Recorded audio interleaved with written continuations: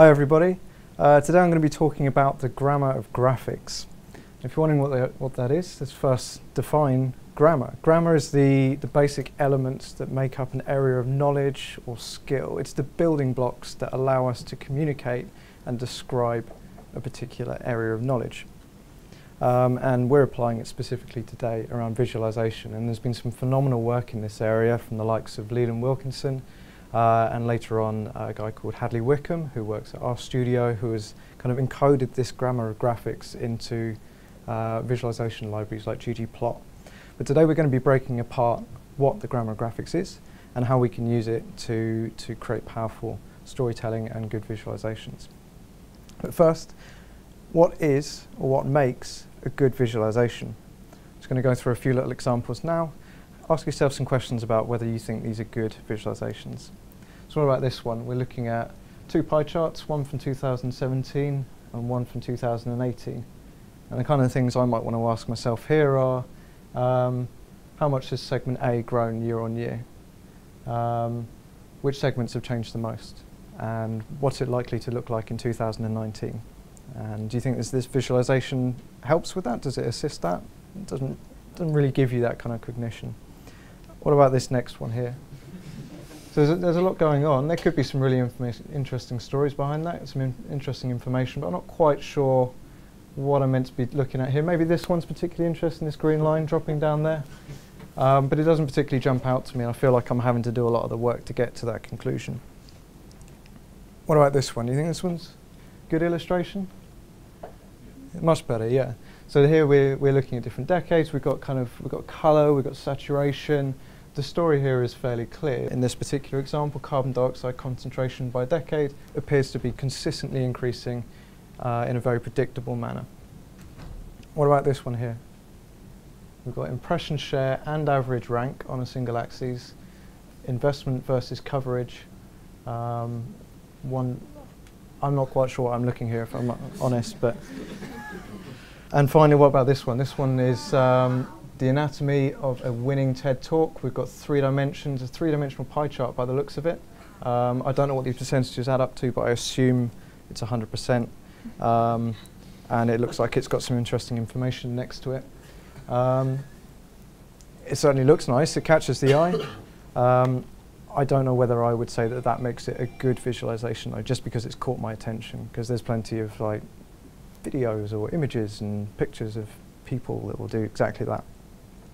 So the grammar of graphics is an attempt to formalize or create the vocabulary and the language and the building blocks of understanding to allow us to understand what makes a good visualization, what aids with cognition when you're looking at visual imagery. So a man named Amit Kapoor from Narrative Viz has created a kind of framework to begin kind of talking about this, and in his mind he says that you've got data and you have story and you have visual. And if you look at the overlaps in this Venn diagram, you've got tales and graphs and art. And the real sweet spot with storytelling, with being able to convey information through visual imagery, lies right in the middle of these three. So by mastering these 3 skills, or these 3 areas, we can create powerful visual imagery. So to focus on story for just a moment, good stories have shape, and it wouldn't be a good data presentation without some research and some data to back it up.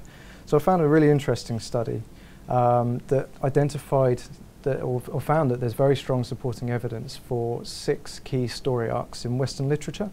So you've got the rags to riches story up here. This is, I believe, Alice in Wonderland was the #1 example of that. You've got the Man in a Hole, Cinderella. And just to explain these, in each one you've got the beginning of the book and the end of the book. So you're talking the beginning, middle, end type stuff, and how that trajectory looks. You can see that there's a variety of very popular story arcs in Western literature. Each line represents a single book, and it's I believe the 100 closest matching books in each story. So with this in mind, if we're storytelling with our work and we want to captivate, how do we apply this to our own work? What about the rags to riches tale of an award-winning SEO strategy? Look at that. Amazing. Rags to riches. And you remember this one? Like in the top left? Rags to riches. It's exactly that. Great fun. What about this one? The Cinderella content strategy. Well, we had some great success early on, but midnight strikes and everything goes downhill. But But don't worry, we have a lovely happy ending. Storytelling can very much take a part of our work. So moving on for a moment, the average adult reads at 300 words per minute. It sounds pretty fast, but that's about one side of A4 every 80 seconds, every minute and a half, something like that. It's not the quickest way of getting information in. A relatively recent study found that the brain can process images in as little as 13 milliseconds. It's 0.013 of a second. It's unbelievably quick. The brain is this enormous processing machine that just thrives on visual imagery. So moving back to what Amit Kapoor was saying again, he proposes that there's 7 different ways that we can kind of think about imagery and how we present data through graphics. We're going to be focusing on 4 of them today: abstraction, representation, aesthetics and messaging. The other 3 tend to relate around motion and flow and sequence of imagery. We can cover those in a later talk. So just to explain each of these are steps that I would kind of recommend that you follow through your process of data visualization. Start with abstraction, so it's finding the story. Don't go in thinking about what visualization you're going to create before you've explored the data.